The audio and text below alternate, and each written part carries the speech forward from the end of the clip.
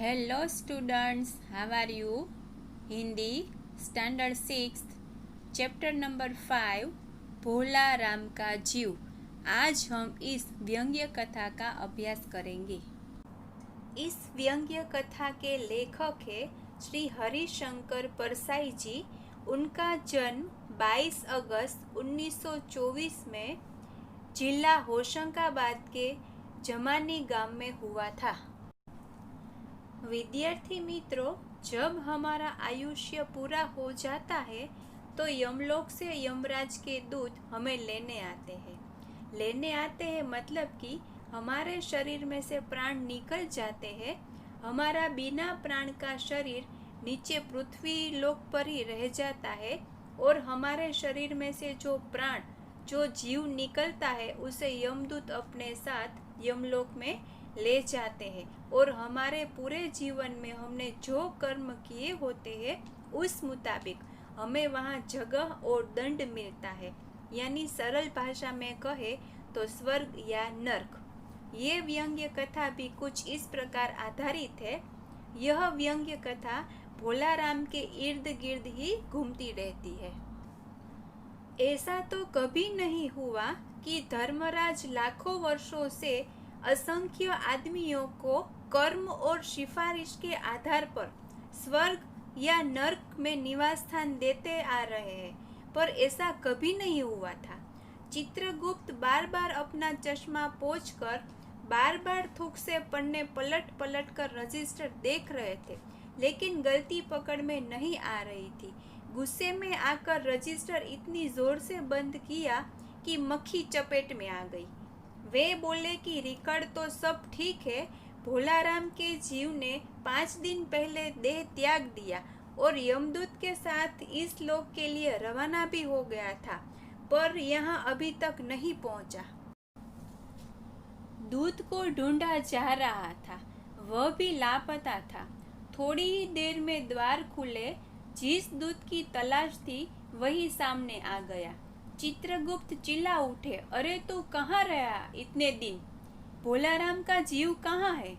यमदूत हाथ जोड़कर बोला, दयानिधि, मैं कैसे बताऊं कि क्या हो गया? आज तक मैंने धोखा नहीं खाया था, पर इस बार भोलाराम का जीव मुझे चकमा दे गया। 5 दिन पहले जब जीव भोलाराम की देह त्यागा तब मैंने उसे पकड़ा और इस लोक की यात्रा भरी। नगर के बाहर ज्यों ही मैं उसे लेकर तीव्र वायु तरंग पर सवार हुआ, त्यों ही वह मेरे चुंगल से छूटकर न जाने कहाँ गायब हो गया। इन 5 दिनों में मैंने सारा ब्रह्मांड छान डाला, पर उसका कहीं पता न चला। धर्मराज क्रोध से बोले, मूर्ख, जीवों को तो लाते लाते बूढ़ा हो गया, फिर भी एक मामूली बूढ़े आदमी के जीव ने तुझे चकमा दे दिया।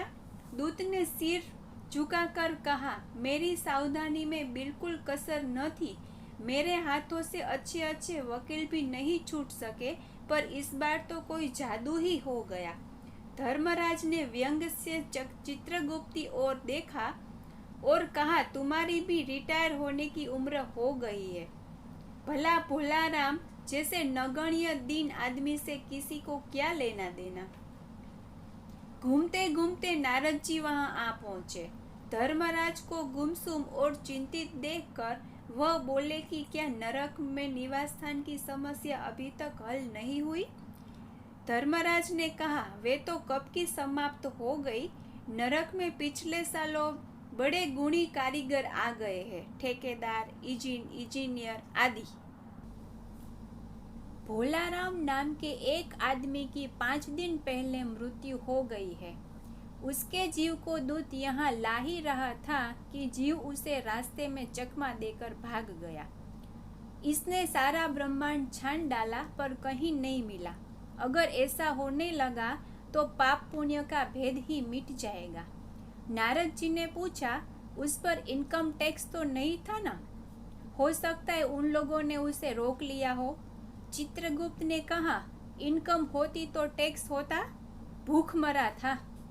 नारद जी बोले, मामला बड़ा दिलचस्प है। अच्छा, मुझे उसका नाम और पता दो, मैं पृथ्वी पर जाता हूँ। चित्रगुप्त ने रजिस्टर खोलकर बताया, नाम भोलाराम, शहर जबलपुर के धमापुर मोहल्ले में नाले के किनारे 1.5 कमरे में, एक टूटे फूटे कमरे में एक मकान में परिवार सहित रहता था। उसकी एक स्त्री थी, 2 लड़के और एक लड़की। उम्र लगभग 65 साल, सरकारी नौकर था। 5 साल पहले रिटायर हो गया था। मकान का किराया उसने 5 साल से नहीं दिया था, इसीलिए मकान मालिक उसे निकालना चाहता था। इतने में भोलाराम ने संसार छोड़ दिया। आज 5वां दिन है। शायद मकान मालिक ने उसके परिवार को वहां से निकाल दिया हो, इसीलिए आपको उसके परिवार की तलाश में काफी घूमना पड़े। माँ बेटी के सम्मिलित क्रंदन से नारद भोलाराम का मकान पहचान गए। आवाज लगाई, नारायण नारायण। नारद जी ने कहा, मुझे भिक्षा नहीं चाहिए, मुझे भोलाराम के बारे में पूछताछ करनी है। नारद जी ने कहा, भोलाराम को क्या बीमारी थी? उसकी पत्नी ने उत्तर दिया, क्या बताऊं, गरीबी की बीमारी थी। 5 साल हो गए पेंशन पर बैठे थे, अभी तक नहीं मिली। हर 10-15 दिन में एक दरखास्त देते थे, पर वहां से कोई जवाब नहीं आता, और आता तो यह कि तुम्हारे पेंशन पर विचार हो रहा है। दुख की कथा सुनने की फुर्सत नारद जी को थी नहीं। वे अपने मुद्दे पर आ गए। माँ, बताओ कि यहाँ किसी से उनका विशेष प्रेम था जिससे उनका जी लगा हो? पत्नी ने उत्तर दिया, लगाव तो महाराज अपने बाल बच्चों से ही होता है। भोलाराम की पत्नी ने कहा, महाराज आप तो साधु है, सिद्ध पुरुष है, कुछ ऐसा नहीं कर सकते कि उनकी रुकी हुई पेंशन मिल जाए, इन बच्चों का पेट कुछ दिन तक भर जाए। नारद को दया आ गई। वह कहने लगे, साधुओं की बात कौन मानता है? मेरा यहाँ कोई मठ तो है नहीं, फिर भी मैं सरकारी दफ्तर जाऊंगा और कोशिश करूंगा। वहां से चलकर नारद सरकारी दफ्तर में पहुंचे। वहां पहले ही कमरे में बैठे बाबू से उन्होंने भोलाराम के केस के बारे में बात की। उसे बाबू ने उन्हें ध्यानपूर्वक देखा और बोला, भोलाराम ने दरखास्त तो भेजी थी, पर उनका वजन नहीं रखा था, इसीलिए कहीं उड़ गई होगी। नारद जी ने कहा, भाई ये बहुत पेपर वेट तो रखे हैं, इन्हें क्यों नहीं रख दिया? वो बाबू हंसा, आप साधु हो, आपको दुनियादारी समझ में नहीं आती। दरखास्त से पेपर वेट से नहीं दबती, और आप उस कमरे में बैठे बाबू से मिल लीजिए। नारद जी दूसरे बाबू से मिलने गए। उसने तीसरे से मिलने को कहा, तीसरे ने चौथे से, चौथे ने 5वें से। इस तरह 25-30 बाबुओं और अफसरों के पास घूमे। तब भी एक चपरासी ने कहा, महाराज आप क्यों इस झंझट में पड़ गए?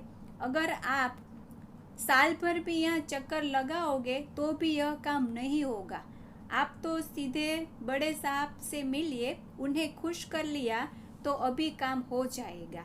नारद जी बड़े साहब के कमरे में पहुंचे। चपरासी बाहर सो रहा था।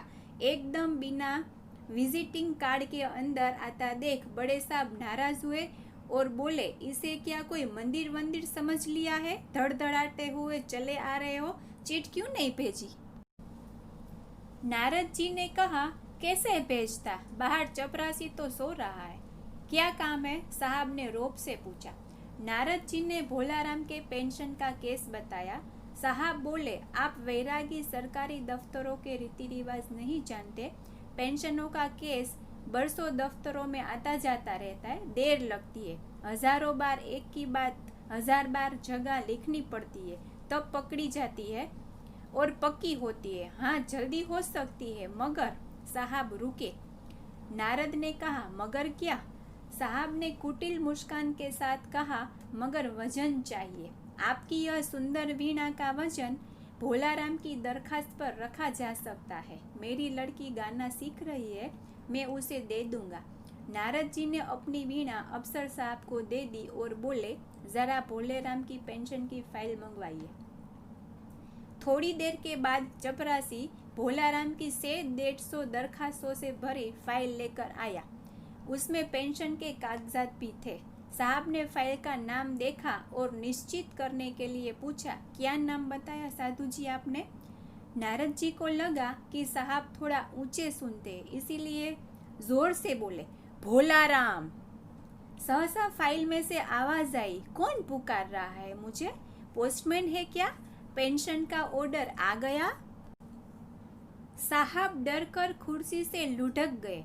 नारद भी चौंके, पर दूसरे ही क्षण बात समझ गई। भोलाराम, तुम क्या भोलाराम के जीव हो? हाँ, आवाज आई। नारद ने कहा, मैं नारद हूँ, मैं तुम्हें लेने आया हूँ, चलो, स्वर्ग में तुम्हारा इंतजार हो रहा है। आवाज आई, मुझे नहीं जाना, मैं तो पेंशन की दरखास्तों में अटका हूँ, यही मेरा मन लगा है, मैं अपनी दरखास्तें छोड़कर नहीं जा सकता।